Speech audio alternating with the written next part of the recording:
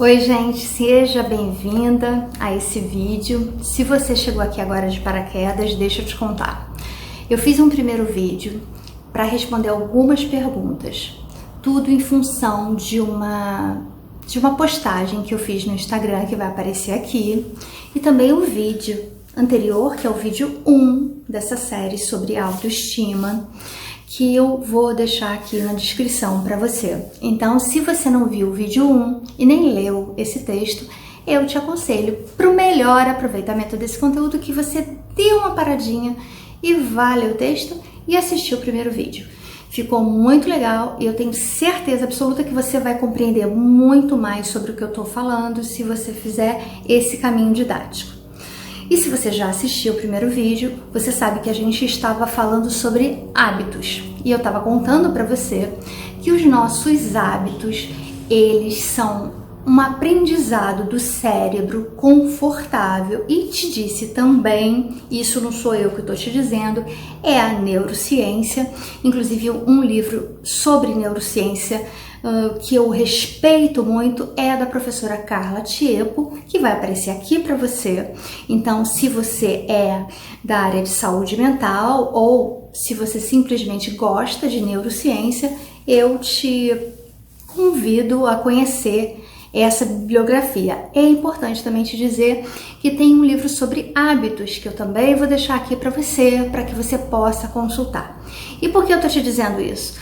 Para que você saiba que o que eu trago aqui para você tem um embasamento científico, o que eu trago aqui para você parte de uma base sólida de construção de aprendizado, de conhecimento, de coerência e de execução. Então, é realmente um conteúdo que tem relevância porque ele tem fundamentos científicos, ok?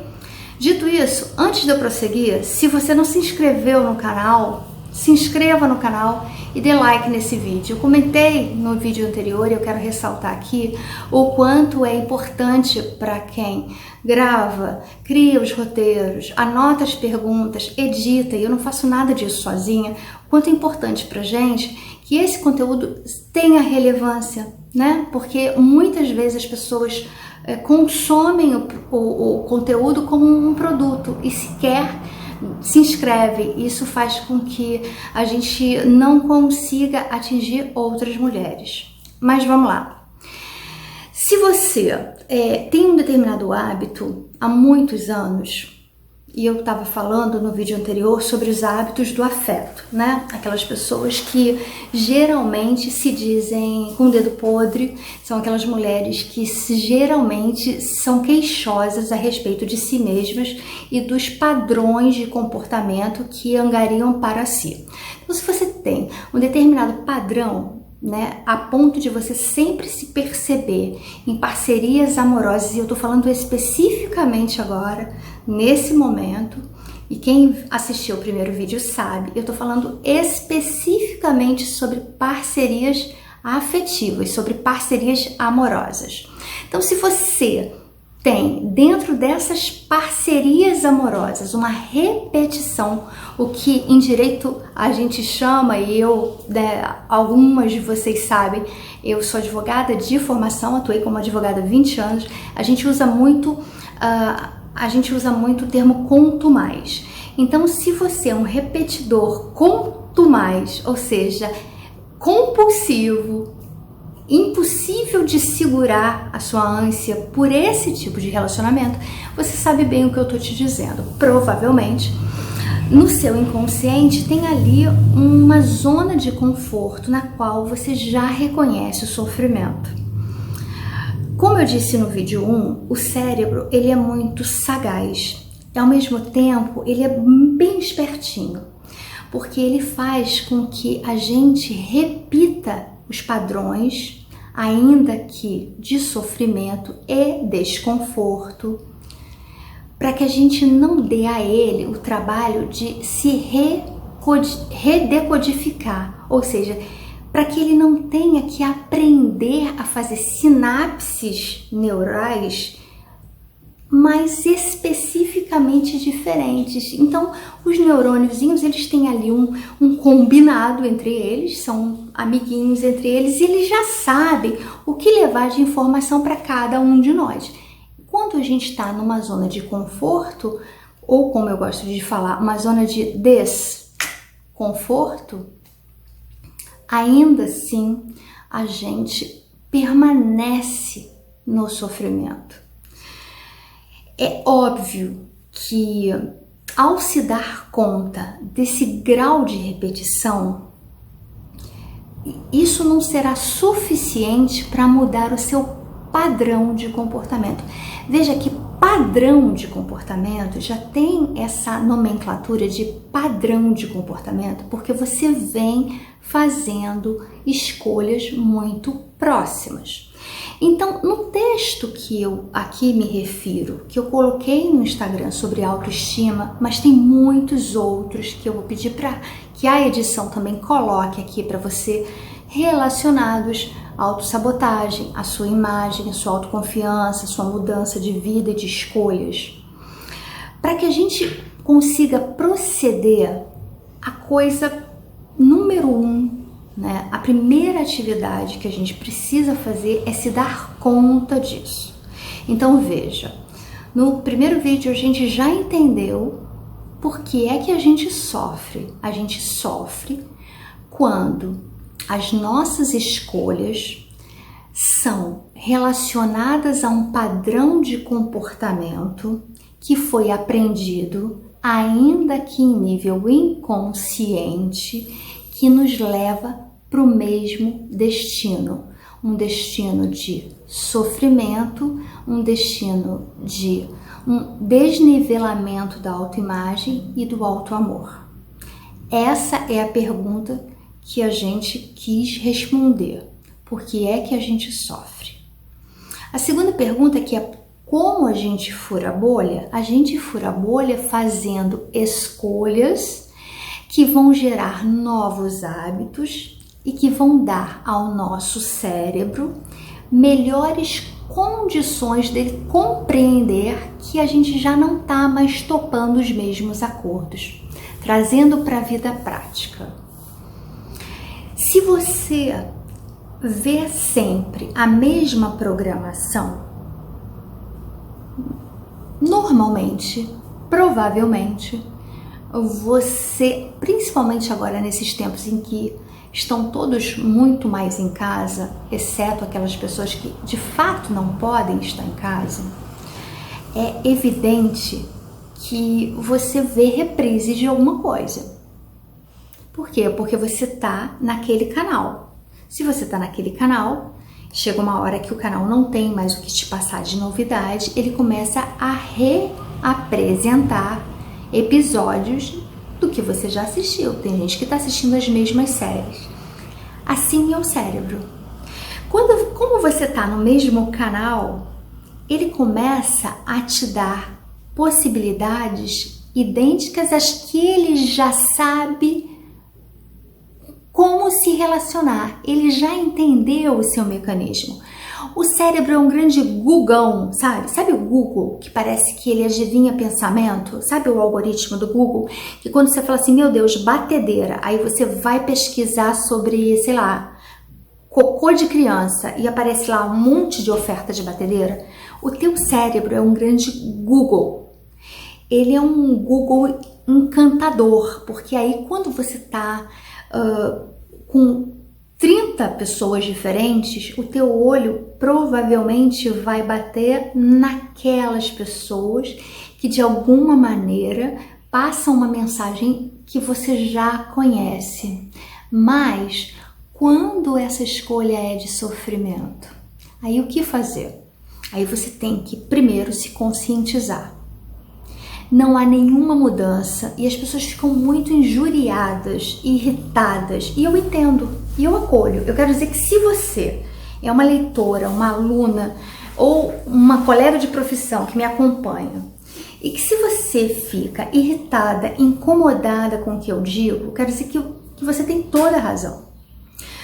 Porque existe uma frase muito mais famosa na psicologia do que na psicanálise, que é o meu terreno de habilidade e competência, que diz assim: incomodou, doeu, leva para casa que é teu. Isso quer dizer o seguinte: se alguma coisa te tira muito a paciência, te absorve muita energia, você pode ter certeza absoluta que você tem muito daquilo ali. Aquilo ali está falando com você. Aquilo ali está falando para você. Portanto, presta atenção naquilo que te irrita nesses conteúdos. Muito provavelmente eu estou dizendo alguma coisa com a qual você se identifica profundamente e tem muita dificuldade em expressar isso para si mesma, em reconhecer.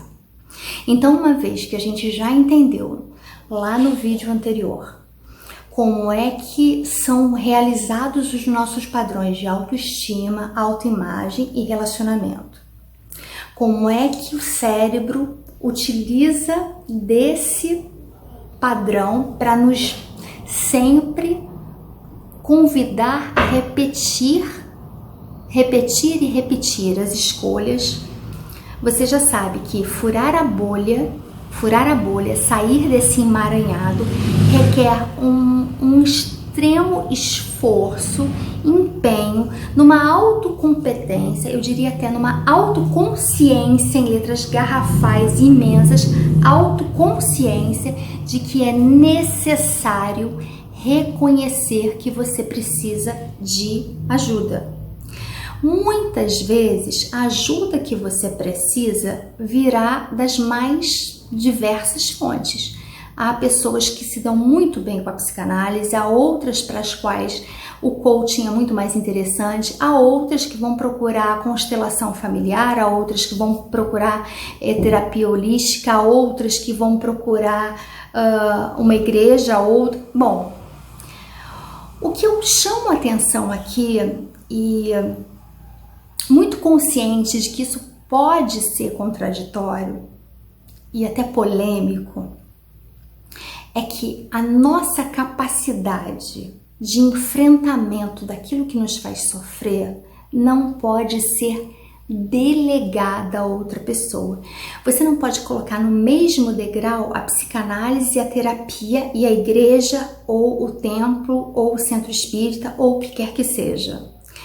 Nós temos padrões de conhecimento pessoal e de desenvolvimento humano diferentes. Então aqui, a nossa capacidade de enfrentamento sobre as defesas do ego, ela está diretamente relacionada em não sublimar, que é um dos mecanismos de defesa do ego. O ego usa diversos mecanismos, mas a sublimação é um meio através do qual você mais ou menos tenta compensar um sofrimento através de algo que te desvie a atenção. Vai aparecer aqui para você uma definição sobre isso. O que eu quero dizer é que, lamentavelmente, muitas pessoas ficam delegando a outros indivíduos, que não elas próprias, a competência de retirar esses hábitos tão nocivos e perversos. O que eu falo que é polêmico é quando você tenta fazer um milagre acontecer, e aí respeitando todos os meios de fé e de espiritualidade. Inclusive, eu sou uma pessoa espiritualista sem nenhuma denominação, não tenho nenhuma denominação, mas acredito sim nas coisas da espiritualidade e na capacidade das energias, e gosto desse assunto. Mas o que eu quero dizer é que uma coisa é você fazer um enfrentamento pessoal, reconhecendo aquilo que a gente falou no primeiro vídeo e está falando neste. Outra coisa é você achar que o simples fato de você delegar a um padre, a um pastor, a um monge, a um pai ou mãe de santo, a um qualquer indivíduo que não seja você, a competência de te mudar pode te levar à ilusão de que alguém poderá fazer isso com você, definitivamente não é nisso que eu acredito e não é sobre isso que se trata o trabalho que eu e muitas outras pessoas fazem sobre desenvolvimento pessoal. Desenvolvimento pessoal é, antes de tudo, pessoal. É só através do seu empenho e, mais do que isso, da sua humildade em reconhecer a questão, o buraco, a bolha que precisa ser furada, que você consegue ir adiante. E no próximo vídeo a gente vai falar sobre como a gente age pela gente mesma, como a gente é capaz de se defender, como a gente é capaz de fazer algo que seja benéfico, em benefício de nós próprias. Eu te vejo no próximo vídeo. Muito obrigada, um beijo.